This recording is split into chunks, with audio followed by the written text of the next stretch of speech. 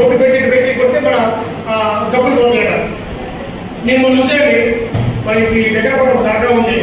ఆ దర్గాని ఆర్డర్ చేశాడు. దగ్గర పూజారి మనకి ఆరోగ్య బాధ్యత ఆరోగ్య హాస్పిటల్ వచ్చింది. ఆయన ఆరోగ్య బాధ్యత ఎక్కడ కూర్చాడు? ఆరోగ్య హాస్పిటల్కి వచ్చాడు. మనం చూసాం. ఎవరైనా రామ్దేవ్ బాబా రామ్దేవ్ బాబా ఆరోగ్య బాధ్యత ఎక్కడ పోయాడు? హాస్పిటల్లో పోయాడు, ఎయిమ్స్లో పోయాడు. కాబట్టి అంటే వీళ్ళందరూ కూడా దర్గా దగ్గర పెట్టాడు ఆయన, లేకపోతే చర్చిలో పాస్టరు, లేకపోతే ఇంకొక వీళ్ళందరూ కూడా జబ్బులు ఎక్కడ పోతున్నారు? హాస్పిటల్ పోతున్నారు. మరి మనతో ఏం చెప్తున్నారు? మీరు మా దగ్గర రండి, నేను ఏం చేస్తాను అని చెప్పి చెప్తున్నారు. మొన్న ఈ మధ్య మీరు పేపర్లో చూస్తుంటే ఒక క్రిస్టియన్ పాస్టర్ కరోనా సమయంలో ఒక పిల్లలకి కరోనా వచ్చింది. వాళ్ళ అమ్మ నాన్న హాస్పిటల్స్ వల్లే మీరు హాస్పిటల్ తీసుకోవద్దని చెప్పేసి అన్నాడు. ఏదమ్మా నా దగ్గర తీసుకుని నేను స్వస్థత చేస్తానట అని చెప్పేసి 2 రోజులు 3 రోజులు ఎట్లా పడుకోబెట్టుకుని ఆయన చేశాడు. లాస్ట్కి ఆయన కరోనా ఎక్కువయి ఆ పిల్లలకి చనిపోయాడు. చనిపోతే వీళ్ళు చనిపోయారని చెప్పేసి ఇక్కడ ఉన్నటువంటి తల్లిదండ్రులు ఇద్దరు తిరుగుతారని చెప్పేసి ఆ ఫాస్ట్ ఏం చేశారట, ఆ ఫాస్ట్ వాళ్ళకి ఏం చెప్పారంటే మీ బాబుని దేవుడు రమ్మన్నాడు, మీ బాబుని దేవుడు పిలిచాడు, అందుకనే చనిపోయాడని చెప్పాడు. ఎంత లాజిక్ అని చూశారా? అంటే మంత్రాలకు చింతగా రావండి, మంత్రాలకు చింతగా రాదండి, అస్సలు రాదు. వీళ్ళందరూ కూడా మనకు తప్పుడు అంటే వాడికి తప్పితే నేను హాస్పిటల్కి వెళ్తాడు, మనకి తప్పితే మాత్రం మనం వాడి దగ్గరికి వెళ్ళాలా? ఇవాళ మనం టీవీలో చూస్తే వాడు బోలే బాబా ఎవడన్నాడు? బోలే బాబా చూసారా మీరు? బోలే బాబా 120 మందిని 120 మంది అక్కడెక్కడే చచ్చిపోయారు. ఇవాళ 200 అకౌంట్ పెరుగుతోంది, 200 మంది చచ్చిపోయారు. ఎందుకండి? ఏంటంటే వాడు బోలే బాబా ఏంటంటే వాడు ఏం చేశాడంటే వాడు దేశాన్ని ఏం చేయలేదు. వాడు ఏదో 4 మాటలు చెప్పారట. ఆ మాట చెప్పినప్పుడు ఆయన కాళ్ళ కింద మట్టి దుమ్ము, ఆ మట్టిని తీసుకోవడానికి వీళ్ళందరూ తొక్కిసాడు జరిగిందట. అంటే ఆ మట్టిని తీసుకోవడానికి వీళ్ళందరూ తొక్కిసాడు 120 మంది అక్కడ చచ్చిపోయారు. ఇంకొక 80 మంది కూడా చచ్చిపోయారు. ఇంకెంతమంది చచ్చిపోతే తెలియట్లేదు. ఎంత దూరం వీడియో కాదు. ఇంకొకటి డేరా బాబా అంట, డేరా బాబా. ఇప్పుడు కొత్తగా బుల్డోజర్ బాబా వచ్చాడు. బుల్డోజర్ బాబా వీళ్ళు కదండి, మాటలు కొత్త మాటలు ఎవరైనా చేతులు పెట్టుకోవడం, బొట్లు పెట్టుకోవడం, అబ్బాయిలు మాట, ఇంకొక బాగా డ్యాన్స్ చేయడం, సినిమా డ్యాన్స్ చేయడం, వీళ్ళు మాటలు. మన క్రిస్టియన్ పాస్టర్ చూస్తూ ఉన్నాం. ఎంత దారుణం అంటే టీవీలో చూస్తే మన వాట్సాప్ వీడియోలు వస్తూ ఉన్నాయి. ఇట్లా అందరూ పడిపోతూ ఉంటారు, ఇట్లా పడిపోతూ ఉంటారు, డ్యాన్స్ చేస్తూ ఉంటారు, ఎదుగుతూ ఉంటారు. ఇక మనకు పాట పాడుతుంది క్రిస్టియన్ ఏదో పాట. ఏ పాట అది? నన్ను వాడుకో దేవుని అంటున్నా పాట, ప్రభువా నన్ను వాడుకో పాట. నిన్న మన కనిపిస్తుంటే క్రిస్టియన్ మీటింగ్ కూడా పెట్టండి. ఆ క్రిస్టియన్ మీటింగ్ పేరు ఏంటంటే అంజూర ఖర్జూర పండుగ. దాని పేరు ఏంటది? అంజూర ఖర్జూర పండుగ ఆ మీటింగ్ పేరు. అదే మనకి బాధ వస్తే దేవుడు చెప్తున్నాం కదా, వాళ్ళు పేరు పెట్టారు. దేవుడి కష్టం మీకు తెలుసా? ఇది ఒక పేరు. దేవుడి కష్టం మీకు తెలుసా? ఇది ఒక పేరు పెట్టి అంటే కొన్ని మాయనేయడం కోసం, వాళ్ళని రప్పించుకోవడం కోసం ఇట్లా అనేకంగా ఇవాళ పెట్టి మూఢనమ్మకాలు, ప్రధానంగా మూఢనమ్మకాలు పెంచి పోయిస్తూ ఉన్నారు. అనేక మూఢనమ్మకాలు ఇవాళ మన ముందుకు వస్తూ ఉన్నాయి. ఇవాళ నిన్న మేము కావచ్చు గ్రామ కమిటీ వేద్దాం, నేను గ్రామ కమిటీ వేద్దామని పోయినాం. నిన్న అమావాస్యట, నిన్న అమావాస్యనైనా మేము కావచ్చు పోతా ఉంటే రోడ్ల మీద 4 నిమ్మకాయలు 4 అన్నం ముద్ద ఎర్రగా కలిపి రోడ్ల మీద పెట్టారు. ఈ మూల పట్టుకున్న కాడ ఎక్కడ పెడతారు? పెద్దగా బాగా చెప్తున్నాయి వాళ్ళ పిల్లగాడిని ఏది చెప్పింది కాసరి. ఈ మూల పట్టుకున్న కాడ మధ్యలో అన్నం ముద్దలు పెట్టారు, 4 నిమ్మకాయలు పెట్టారు. ఏంటిది? ఎందుకోసం పెడతారండి? అమావాస్య. ఏంటి అమావాస్య ఎందుకు పెట్టాలా అంటే శుద్ర పూజ చేయటం, మనకి జబ్బులు వస్తే ఈసీ ఆడబెట్టడం. మేము ఆడిపోయిన తర్వాత సరే కమిటీ వేద్దామని చెప్పేసి కూర్చొని 20 మంది పిల్లలు వచ్చారు. మా కమిటీ నాకు ఒక ఆయన ఫోన్ చేసాడు, పేరు మీ ఊరు కాలేదంటే మా అమ్మ వద్దన్నా. ఎందుకురా? నేను అమావాస్యనా, అమావాస్య బయటికి వెళ్తున్న పిల్లగాలు మా అమ్మ వద్దన్నా అంటాడు. అమావాస్య ఏంటంటే అమావాస్య అరే అవి 15 రోజులు చంద్రుడు ఫుల్గా వస్తుంది, 10 రోజులు కిందికి పోతాడు. దాని పెద్ద అమావాస్య ఏం లేదు. కానీ అమావాస్య పుట్టగా మనకి భయం, దయ్యాలు భూతాలు భయం మనకి. ఎన్ని ఎవరు చెప్పారండి? అంటే ఒక రకమైన మూఢనమ్మకాల్లోకి మనం తీసుకెళ్ళడం. వాడి దయ్యం పట్టింది. దయ్యం పట్టి ఏంటండి? దగ్గరికి వెళ్ళాలా, గుళ్ళ దగ్గరికి వెళ్ళాలా, ఏం చేస్తారండి వాళ్ళకి? దయ్యం అనేది పట్టదు. ఒక మానసిక రుగ్మత. ఏంటి మానసిక రుగ్మత అంటే నీ మైండ్లో నీకు ఆర్థిక బాధలు లేకపోతే ఇంట్లో కుటుంబ బాధలు ఈ బాధ తప్పించుకోవడానికి నువ్వు దయ్యం పట్టిన యాక్షన్ చేస్తే నేను నాకు తీసుకుంటే చీపురు కట్టడంతో బాధతో చెడ్డపోతావు. పేద పండుగ వస్తుంది. పేద పండుగ ఇక ఇంత చెడ్డపోవాలని బాగా ఉంటాడు. దయ్యం పోయినాక వాళ్ళ దెబ్బలు తప్పలేక బాగున్నా దయ్యం దగ్గర తాగుతున్నాడు. అమ్మకి దయ్యం పోయినా అని చెప్పేసి ఇక వాళ్ళు చర్చి పాస్ దగ్గరికి వెళ్తే అసలు వాళ్ళకు మాట్లాడుతున్నాయి, చేతులు అవుతున్నాయి. ఎంత మూఢనమ్మకం అనేది. మనం ఇంత టెక్నాలజీ అభివృద్ధి అయిన తర్వాత ఎక్కడ ఉన్న అమెరికాలో ఉన్నప్పుడు మనం ఫోన్ మాట్లాడుతూ ఉన్నాం. అట్లాంటి టెక్నాలజీ అభివృద్ధి అయిన తర్వాత ఇంకా దయ్యం భూతం మూఢనమ్మకాలు అమావాస్య అంటే ఇవన్నీ కూడా మనం నమ్మించే ప్రయత్నం చేస్తూ ఉంటాం. వల్ల పెట్టుబడిదారుల వల్ల వాళ్ళ లాభాల కోసం ఈ పెట్టుబడిదారుల వల్ల ఇట్లాంటి భావాలు పెంచి పోషిస్తూ ఉంటారు, ఇట్లాంటి మతాన్ని పెంచి పోషిస్తూ ఉంటారు, ఇట్లాంటి మతాన్ని పెంచి పోషిస్తూ ఉంటారు. ఎందుకంటే మనం ఎదురు తిరగకుండా మనం మన శ్రమ వాక్యాన్ని అడగకుండా ఇవాళ ఇట్లాంటి మనం పెంచి పోషిస్తూ ఉంటారు. కాబట్టి ఈ మూఢనమ్మకాన్ని మనం నమ్మద్దు. కాబట్టి ఇవాళ ఒకటి దోపిడీకి సాధనంగా మతం ఉంటుంది, మూఢనమ్మకాన్ని పెంచి పోషిస్తూ ఉంటుంది, వర్ణాశ్రమ ధర్మాన్ని పెంచి పోషిస్తూ ఉంటుంది. తిరుగుబాటు అంటే మనం ఈ విషయాలన్నీ తెలుసుకొని ఎక్కడ తిరుగుబాటు చేస్తామని చెప్పేసి తిరుగుబాటుని ఆపేదాని కోసం కూడా ఈ మతం ఉపయోగపడతా ఉంటుంది. ఇది దీనికి సంబంధించి అయితే ఈ మతం గురించి మార్క్స్ ఏం చెప్పాడు? మనందరం కూడా మార్క్స్ నమ్ముతున్నాం కదా. మనందరం ఏ పార్టీలో ఉన్నాం? మనం ఏ పార్టీలో ఉన్నాం? మీరు చెప్పండి. మేము ఏ పార్టీలో ఉన్నాం? జగన్ చూసారా అంతేనా? ఏ పార్టీలో ఉన్నాం మనందరం? ఏ గట్టి చెప్పాలా? మనం ఏం చెప్పండి అందరూ ఒకసారి చెప్పండి. మనం ఏ పార్టీలో ఉన్నాం? సిపిఎం పార్టీకి మూలం ఎవరు? ఏ వ్యక్తి మనకి మూలం? Karl Marx. ఎవరైనా? Karl Marx. ఎవరు? Karl Marx. మరి ఈ పెద్ద ఈ కార్ల్ మార్క్స్ నమ్ముకుని కదా మనం పనిచేస్తున్నాం. సిపిఎం సుందరయ్య గారు, మన పెద్దలు చంద్రబాబు గారు, వీళ్ళందరూ కూడా మనకు తెలుసు. వాళ్ళ పెద్ద నాయకులు. మనం కార్ల్ మార్క్స్ చెప్పిన సిద్ధాంతాన్ని నమ్ముకొని మన కమ్యూనిస్ట్లో పనిచేస్తాము. మరి కార్ల్ మార్క్స్ ఏం చెప్పాడు ఈ మతం గురించి? ఎవరన్నారు? ఏం చెప్పాడు? నారా దిబ్బమా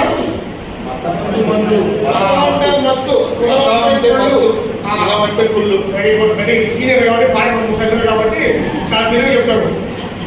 మతం అంటే మత్తు మందు. ఇది కరెక్ట్ ఎలా చేయకండి? మతం అంటే మత్తు మందు అని ఎలా చేయకండి? ఎక్కడ అవుతాడు?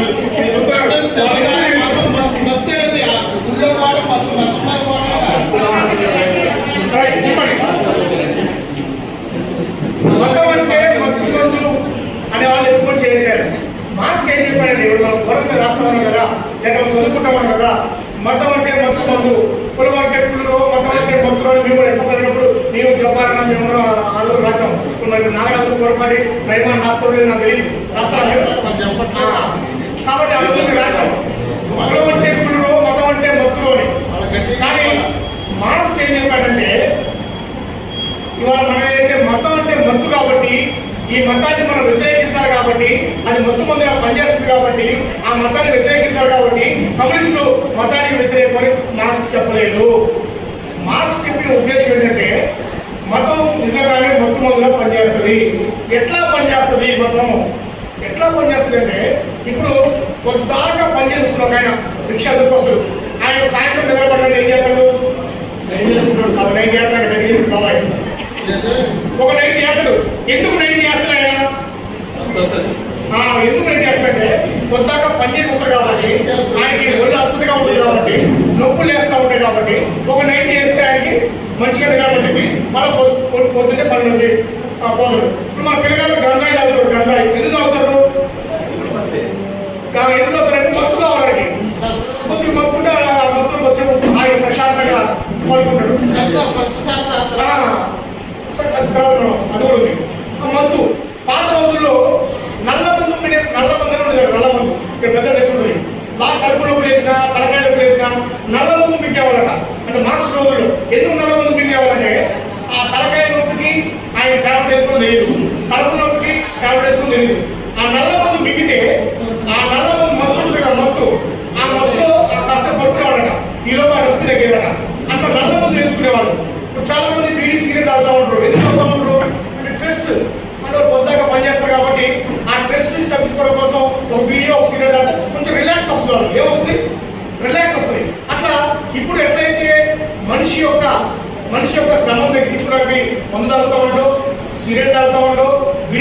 ఉండో, అట్లాగే నల్ల ముందు మిగులుతూ ఉండో, అట్లాగే పాత రోజుల్లో మార్క్స్ కాలంలో అనేక సమస్యలు మనకు ఉంటాయి.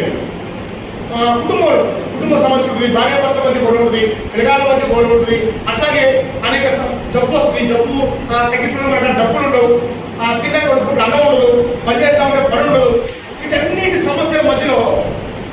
వీటన్నిటి సమస్యల మధ్యలోంచి మనం గుడిలోకో లేకపోతే చర్చికో లేకపోతే మసీదుకో లేకపోతే దేవాలయంకో పోయిన తర్వాత అక్కడ కొంచెం దేవుడి దగ్గర దండం పెట్టి, అయ్యా నాకు ఇన్ని కష్టాలు ఉన్నాయా తీర్చయ్యా అని చెప్తే ఆయన వింటో తెలియదు, ఆయన అడగకుండా మనం వింటేనేమో నా కష్టాలు గుడికో చర్చికో మసీదుకో వెళ్తే తీరుతాయేమో అని చెప్పేసి మనం భావిస్తాం.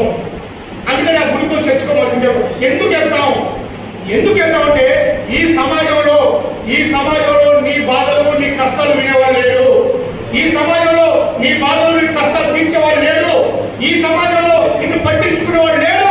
కాబట్టి నువ్వు గుడికో మసీదుకో చర్చికో వెళ్ళి అక్కడ దండం పెట్టి, అయ్యా నా కష్టాలు తీర్చడని చెప్పేసి నువ్వు ఒప్పుకుంటా ఉన్నావు. అదే ఈ సమాజంలో నీ కష్టాలు తీర్చేవాడుంటే, నీ బాధలు తీర్చేవాడుంటే, నిన్ను ఓదార్చేవాడుంటే నువ్వు చర్చికో మసీదుకో గుడికి వెళ్తావా? వెళ్ళవు.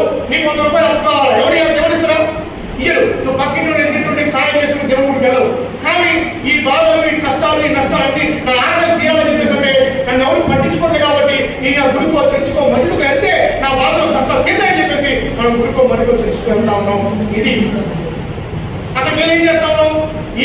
ఈ బయట సమాజం మొత్తం బాధలన్నీ కూడా అక్కడ చెప్పుకుంటా ఉన్నాం. చెప్పుకొని చేస్తా ఉన్నాం.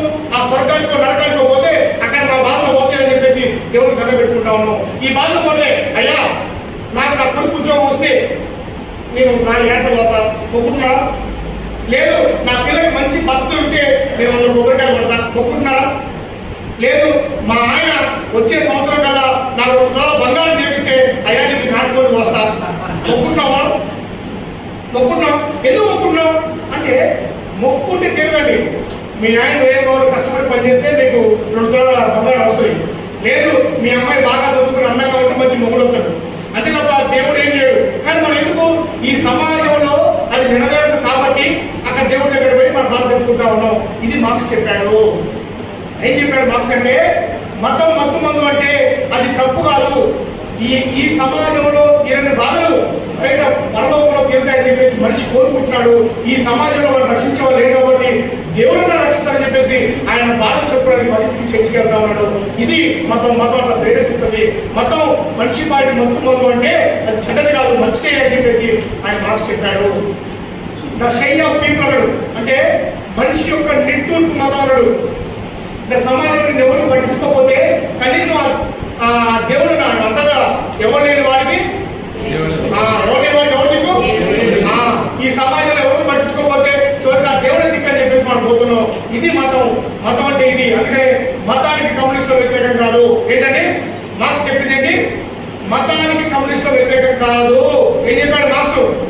ఏ మతం వాళ్ళైనా కానీ మన సిపిఎం పార్టీ ఉండొచ్చు, ముస్లిమ్స్ ఉండొచ్చు, హిందువులు ఉండొచ్చు, క్రిస్టియన్స్ ఉండొచ్చు, జైన్లు, బౌద్ధులు, ఇస్లాంలు, ఎవరైనా కమ్యూనిస్ట్ పార్టీ బ్రహ్మాండంగా పనిచేయచ్చు. మతానికి మనం వ్యతిరేకం కాదు. మతం అనేది మందు అంటే అదేదో మనం చెడగొట్టేది ఉద్దేశం కాదు. ఏంటి మతం అంటే? మతం అంటే ఒక షై ఆఫ్ పీపుల్. అంటే ఈ సమాజంలో సమస్యలు పరిష్కారం కావు కాబట్టి ఆ దేవుడిని రక్షిస్తారని చెప్పేసి ఆయన బాధ చెప్పుకోవడానికి చెప్తున్నాడు. కాబట్టి మతాన్ని మనం వ్యతిరేకించొద్దు, మతాన్ని మనం వ్యతిరేకం కాదు కమ్యూనిస్టులు. ఇది మార్క్స్ చెప్పాడు. చాలా మందికి తెలియదు. మతం అంటే మందు, కులం అంటే కులం, మతం అంటే మత్తు. అది మతాలు తిరిగి వాళ్ళు మా పార్టీ ఉండదని చెప్తారు. అన్ని మతాలలో మన పార్టీ ఉండొచ్చు. మరి ఏం చేయాలండి? వాడు గుడికో చర్చికో గుడికో మసీదుకో చర్చికో పోకుండా వాళ్ళని ఏం చేయాలి? వాడికి సమస్య వచ్చింది ఏం చేయాలి? బేగంగారు బజార్లో సమస్య వచ్చింది ఏం చేయాలి? బేగంగారు దగ్గర పోతే ఈ సమస్య పరిష్కారం అయిందని చెప్పేసి బేగంగారు దగ్గర పోవాలి. అక్కడ కమ్యూనిస్టుడా? గుడికి ప్రజలకి మధ్య కమ్యూనిస్టుడా? ఎవరి దగ్గరికి పోతే సమస్య పరిష్కారం అయింది? ఒక సిపిఎం నాయకురాలు బేగంగారు దగ్గర పోతే సమస్య పరిష్కారం అయిందంటే ఆయన గుడికి పోతాడండి? పోతా? లేదు. ఉమ్మిడి రామమ్మ దగ్గరికి పోతే నాకు 100 రూపాయలు అప్పుకుంటే ఉమ్మిడి రామమ్మ దగ్గర పోతుంది. లేదు, హాస్పిటల్ ఉన్న ఫీజు పరం జబ్బాలు మాట్లాడతాడు. నాకు జబ్బు వచ్చింది, నాకు ఆ డబ్బు లేదు, కానీ నాకు హాస్పిటల్ నయం కావాలా? వాడు ఎంఏ జబ్బార్ దగ్గరికి పోతే ఆయన మాట్లాడతాడు. నీకు ఫీజు లేకుండా హాస్పిటల్ మాట్లాడుతుంటే ఆయన గుడికి పోయేటప్పుడు ఎంఏ జబ్బార్ దగ్గరికి వస్తాడు.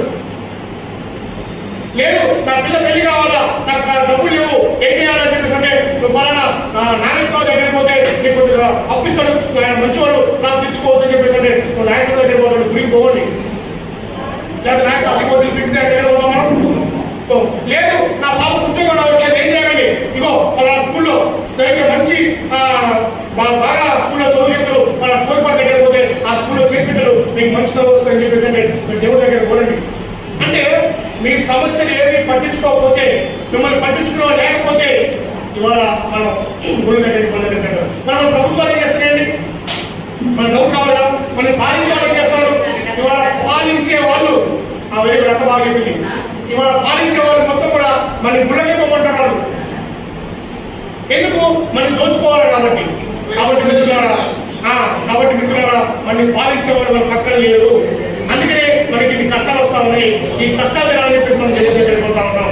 ఇది వాళ్ళ మార్క్స్ చెప్పిన మాట. మార్క్స్ ఏం చెప్పాడంటే మతం అనేది మనం కమ్యూనిస్ట్ వ్యతిరేకం కాదు, మతానికి మన వ్యతిరేకం కాదు, అన్ని మతాల వాళ్ళు మన సిపిఎం పార్టీ ఉండొచ్చు అని చెప్పేసి మార్క్స్ చెప్పాడండి. ఇది ఓకేనా? మతం అర్థం మీకు ఏమవుతుంది? మతం అంటే మానవ యజ్ఞానం నుంచి మతం వచ్చింది. మనిషి ఉందా? మతం ఉందా? మనిషే ముందు. ఓకేనా? బానిస సమాజంలో, భూస్వామ్య సమాజంలో, పెట్టుబడుల సమాజంలో మన్ని దోచుకోవడం కోసం అనేక సిద్ధాంతాలు వల్ల ఉద్యోగాలు తీసుకొచ్చారు, మనం చూస్తున్నారు, మనం వాటిని నమ్ముతా ఉన్నాం. ఇంతవరకు అర్థమైన మతం అంటే మతానికి మనం వ్యతిరేకం కాదు, మతానికి మనం వ్యతిరేకం కాదు. మతం అయిపోయిందండి. నెక్స్ట్ ఏంటి? మతోన్మాదం అండి. ఏంటండి? మతోన్మాదం. మతోన్మాదం కంటే ముందు మనం చూద్దాం. మతం అంటే మనకి కనబడే మతాలు ఏంటి ఈ సమాజంలో? చెప్పండి. మనకి కనబడే మతాలు ఏంటి?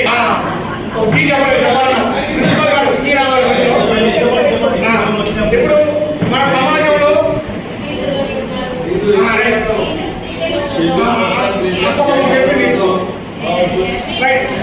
దాసనాయన పెద్ద మనిషి దాసనాయన చెప్పాలి మిగతా మతాలు.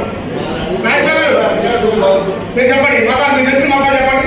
క్రిస్టియన్ మొత్తం చెప్పారు, జైన మొత్తం చెప్పారు, బౌద్ధ మొత్తం చెప్పారు, ఈసాయి రకరకాల సిక్కు మొత్తం చెప్పారు. మీరు ఇదొక మతం అని ఎట్లా చెప్తున్నారు? హిందూ మతం అంటే ఎట్లా చెప్తున్నారు? క్రిస్టియన్ మతం అంటే ఎట్లా చెప్తున్నారు? ముస్లిం మతం ఎట్లా చెప్తున్నారు? ఎట్లా చెప్తున్నారు మీరు?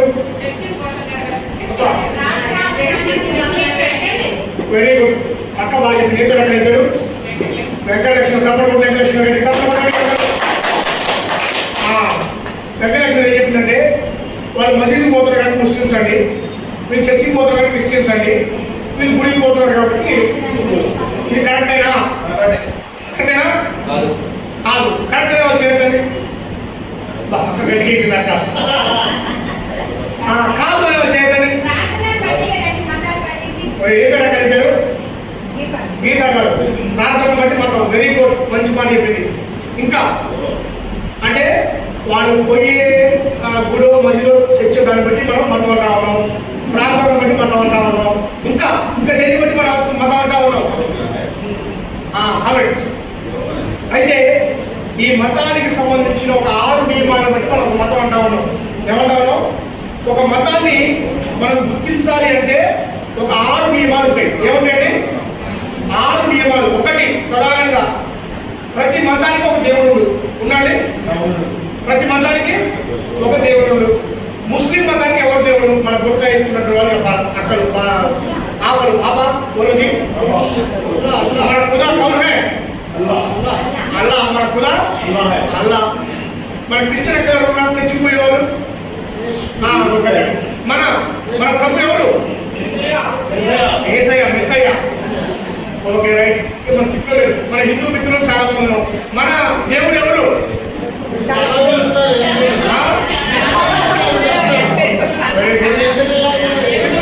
ముక్కోటి దేవతలు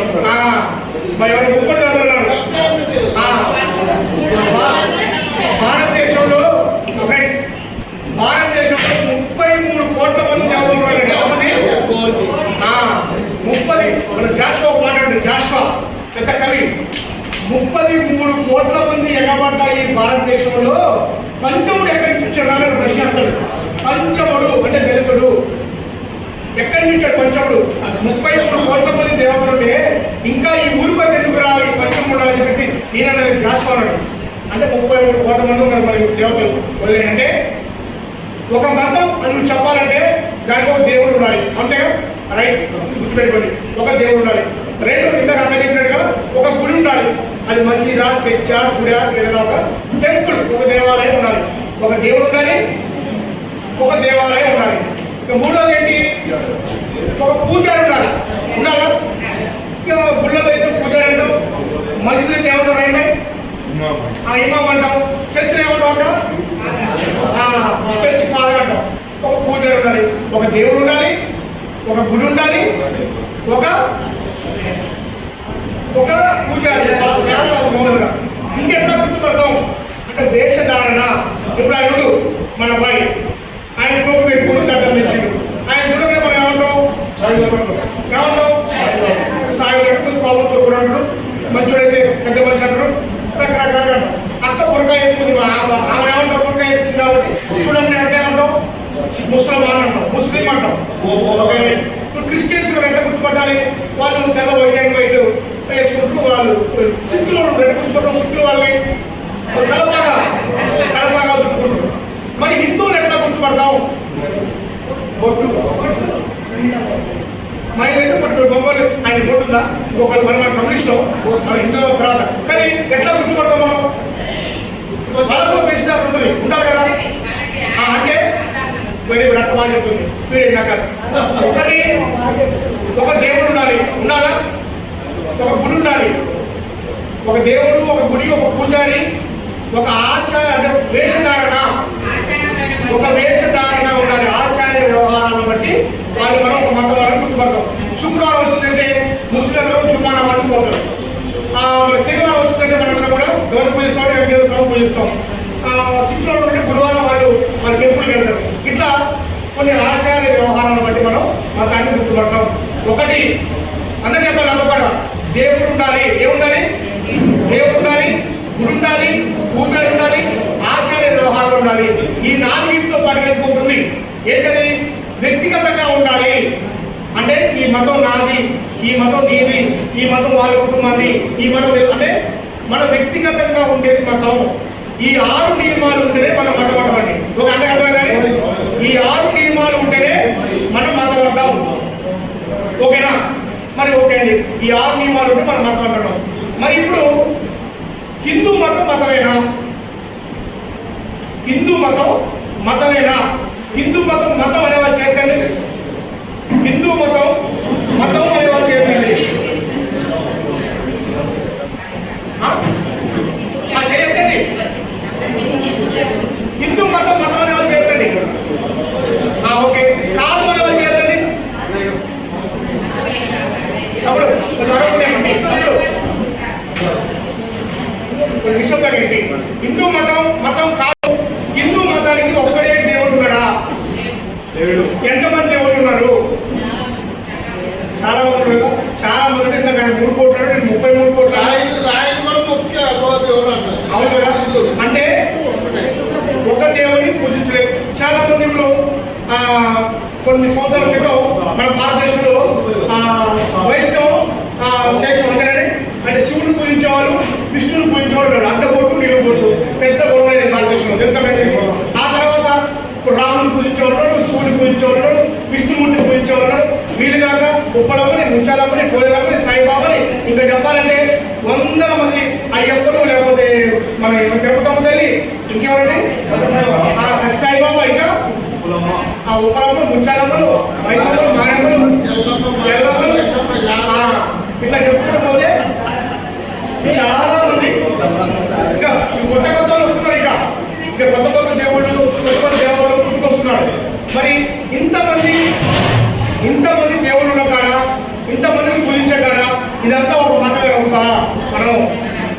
మనం వెరీ గుడ్. ఒక పాయింట్ అయితే ఇంకా గుళ్ళకి పోదాం. గుళ్ళు ఎన్ని గుళ్ళు ఉన్నాయండి హిందూ మతానికి? హిందువుల్లో ఎన్ని గుళ్ళు పూజిస్తున్నారు? రాముడి గుడి ఉందా? ఇప్పుడు అయోధ్య గురవదేగా శివుడి గుడి ఉందా? విష్ణుమూర్తి గుడి ఉందా? బ్రహ్మ గుడి ఉందా? పాము గుడి ఉందా? తేలు గుడి ఉందా? కప్ప గుడి ఉందా? తావేలు గుడి ఉందా?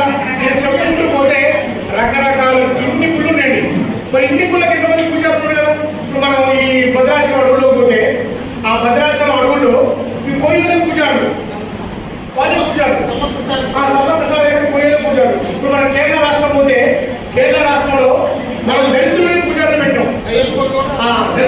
మొదలుపెట్టాం. అయ్యప్ప దగ్గర కూడా పాత అంటే రకరకాల వాళ్ళకి రకరకాల పూజారులు ఉన్నారు. ఇప్పుడు వీళ్ళ యాదవ దగ్గర పూజారి వేరే ఉంటాడు. ఏమంటారు వాళ్ళు యాదవే పూజారులు. అట్లా అంటే రకరకాల గుళ్ళు ఉన్నాయి, రకరకాల పూజారులు, రకరకాల ఆచార వ్యవహారాలు ఉన్నాయి. అవునా? ఇప్పుడు కామెంట్స్ ప్రిన్సిపల్ గారు వెనకాల తమ్ముడు వినాలి. ప్రిన్సిపల్ గారికి నాకు వెళ్ళి వ్యవహారాలు హిందూ మతంలో ఒకే రకంగా ఉన్నాయా? ఇవాళ ఇంత డెవలప్మెంట్ నాగరికంలో కూడా ఇవాళకి దళితులు ఎక్కడుంటున్నారు? ఊళ్ళలో ఎక్కడున్నారు? ఊరు బయట ఉంటున్నారు. అవునా? వాళ్ళ ఆచార వ్యవహారాలు వేరే ఉంటున్నాయి. అవును కదా? ఇవాళ యాదవులంతా ఒక ఆచారాన్ని పాటిస్తున్నారు. అవునా కదండి? గౌడ్స్ అంతా కూడా ఒక ఆచారాన్ని పాటిస్తున్నారు. అవునా కదా? అట్లాగే బ్రాహ్మణులు ఒక ఆచారాన్ని పాటిస్తున్నారు. ఇంకా ఇతర కులస్తులు గుజరాత్లో ఒక ఆచారాన్ని పాటిస్తున్నారు. గంగాపురేశ్వరు వాళ్ళు తిరణాలు చేసుకుంటారు. సమ్మక్క సారకట్నం గిరిజనులు ఒక చేస్తున్నారు. అంటే ఆచార వ్యవహారాలు కూడా ఒకటిగా లేవు. మరి దేవుడు ఒకటి లేడు, గుడి ఒకటి లేదు. అట్లాగే ఆచార వ్యవహారాలు వేరుగా ఉన్నాయి, పూజారులు వేరుగా ఉన్నారు. అంతే కదా? వాళ్ళ వృత్తులు అంటే ఇంత వ్యక్తిగత ఉన్నాం, వ్యక్తుల్లో కూడా వేరువేరుగా ఉన్నారు. మరి ఇవన్నీ వేరువేరుగా ఉన్నప్పుడు దీన్నంతా ఆ కులదేవుడు ఉంటారు, మేడం గారు చూస్తారని చెప్పినట్టుగా మరి వీళ్ళంతా ఒక మతంగా మనం చూస్తావా? హిందూ మతం అనేది మతం కాదు. ఎందుకండి? హిందూ ఫోన్ ఆపాలి దయచేసి బాగా ఈ హాల్ డిస్టర్బెన్స్ మీరు ఆపాలి. హిందూ మతం అనేది మతంగా లేదు. ఎందుకు లేదు అంటే హిందువులంతా కూడా ఒక ఆచార్య వ్యవహారం పాటిస్తలేదు, గుడికడుగులో దేవుడు పూజిస్తలేదు కాబట్టి అది కాదు. ఇది నేను చెప్పలేదండి, ఇది నేను చెప్పట్లేదు. ఇవాళ హిందువులంతా ఒక మతంగా ఉండాలి అని చెప్తుంది ఎవరంటే బీజేపీ ఆర్ఎస్ వాళ్ళు చెప్తున్నారు. ఎందుకు చెప్తున్నారు వాళ్ళు? ఎందుకు చెప్తున్నారంటే ఈ హిందువులు ఉన్నటువంటి మెజారిటీ ఓట్లు తీసుకొని వాళ్ళ అధికారంలో రావాలి కాబట్టి హిందువులంతా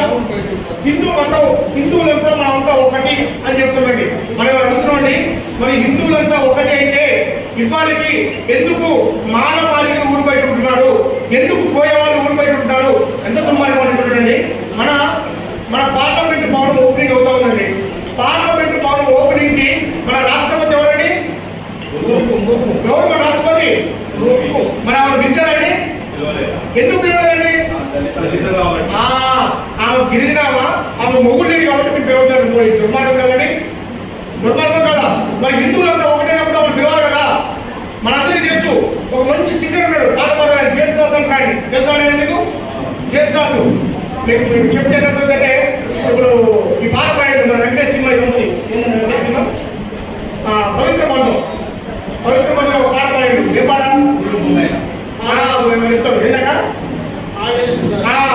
పాట పాడిగా అపురూపమైన ఆడదం అని చెప్పేసి ఆ పాట అంటే మన ఆడవాళ్ళు ఉట్టుకుంటూ పోతారండి టీవీ దగ్గరికి. నా పాట ఈ పాట అంటే మామూలు పాట కాదు. అపురూపమైన అందరే సౌండ్ పెడతారు. సౌండ్ పెట్టి దాన్ని ఎట్లా ఎంజాయ్ చేస్తారు ఆ పాటని. కాబట్టి ఆ పాట దయచేసి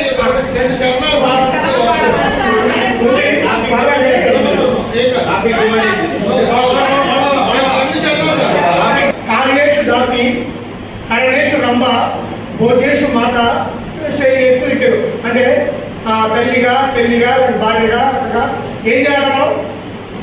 ఏం చేయాలి? మగవాడికి పని చేయాలంట. ఏం చేయాలి మనం? మగవాడికి సేవ చేయాలి. ఇదే ఆ పాట.